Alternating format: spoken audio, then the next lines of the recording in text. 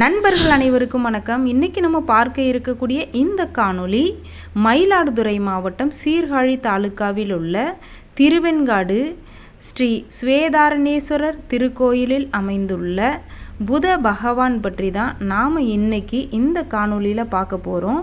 வாங்க காணொளிக்குள் போகலாம். இப்போ நீங்கள் பார்த்து கொண்டு இருக்கக்கூடிய இந்த தீர்த்தம் சந்திர தீர்த்தம். இந்த சந்திர தீர்த்தத்தை பார்த்தவாறு கிழக்கு நோக்கி உள்ள அந்த அம்மன் சன்னதிக்கு அருகில் இருக்கக்கூடிய அந்த சிறிய அந்த ஆலயம் புத பகவானுக்காக நிர்மாணம் செய்யப்பட்டுள்ளது. அதை தான் இப்போ நம்ம தூரத்திலிருந்து பார்த்துக்கிட்டு இருக்கோம். நவ கிரகங்களில் ஒரு கிரகமான இந்த புத பகவானை பற்றி நாம் தெரிந்து கொள்வோம். சந்திரதேவன் சிவபெருமானை நோக்கி தவம் இருந்து சிவன் அருளால் கிரக அந்தஸ்தை பெற்று அதோடு 27 நட்சத்திரங்களையும் மணக்கிறார். அதனால் அவருக்கு ஆணவம் அதிகமாகிறது. அது மட்டுமல்லாமல் பிரகஸ்பதியின் மனைவி தாராவை கவர்ந்து சென்று சுக்கிராச்சாரியருடன் இணைத்து வைக்கிறார். இதனால் தேவர்களுக்கும் அசுரர்களுக்கும் போர் எழுகிறது. பிரம்மதேவர் அந்த போரை நிறுத்தி சந்திரதேவனிடமிருந்து தாராவை மீட்டார். ஆனால் தாரா கர்ப்பமாக இருந்தார். அதனால் பிரகஸ்பதி அவரை ஏற்றுக்கொள்ளவில்லை. தாராவிற்கு குழந்தை பிறந்தது. அந்த குழந்தை அழகும் ஒளியும் மிக்கதாக இருந்தது. அதுவே புத பகவான். புத பகவான் இவருக்கென்று தனி கோயில் திருவெண்காடு திருக்கோயிலில் அமைந்துள்ளது.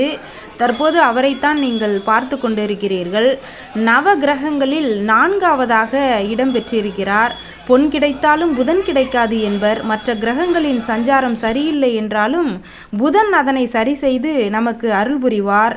9 கிரகங்களில் ஒருவரான புதன் கல்வி, அறிவு, பேச்சுத்திறமை, இசை, ஜோதிடம், கணிதம், சிற்பம், மருத்துவம், பன்மொழி புலமை ஆகியவற்றை கொடுக்கக்கூடியவர். அரசு உத்தியோகம் பெறவும் பணி மேம்பாடு பெறவும் இவரை வணங்கலாம். இவர் கல்விக்கு காரகமாக இருப்பதால் இவரை வித்யாகாரகன் என்றும் நாம் அழைக்கலாம். வித்யை அருளும் இவருடைய சந்நிதி இங்குள்ள பிரம்ம வித்யாம்பிகை சந்நிதிக்கு இடது பக்கத்தில் அமைந்துள்ளது. புத பகவானின் தந்தையான சந்திரனின் கோயிலும் சந்திர தீர்த்தமும் புதன் சந்நிதிக்கு எதிரே அமைந்துள்ளது. அதையும் நாம் தற்பொழுது பார்த்து கொண்டிருக்கிறோம். அலி கிரகமான புதன் 5ஆம் இட சம்பந்தம் பெறுவதால் சிலருக்கு குழந்தை பிறக்காது. இப்படிப்பட்ட தோஷம் உடையவர்கள் இங்கு வந்து புதனை வழிபட்டால் குழந்தை பேற்றினை பெறலாம் என்பது நம்பிக்கையாக உள்ளது. புதன் ஒருவரது ஜாதகத்தில் சரியாக அமையாவிட்டால் அறிவு குறைபாடும் கல்வியில் மந்தமான நிலையும் நரம்பு தளர்ச்சியும் ஏற்படும் என்று கூறுகின்றனர். இந்த குறைகளை போக்க வேண்டுமென்றால் நாம் புதனை வழிபடலாம். ஆத்திரேய கோத்திரத்தில் ஆயில்ய நட்சத்திரத்தில் திருவெண்காட்டில் பிறந்த அந்தணருக்கு உணவும் உடையும் மரகத பச்சை கல்லும் தானம் செய்து புதனை விடியற்காலையில் சாந்தி செய்து புத கவசம், புத ஸ்தோத்திரம், புத காயத்ரி பாராயணம் செய்தால் புதனுடைய அருளை பெறலாம் என்பதும் ஒரு நம்பிக்கையாக இருக்கிறது.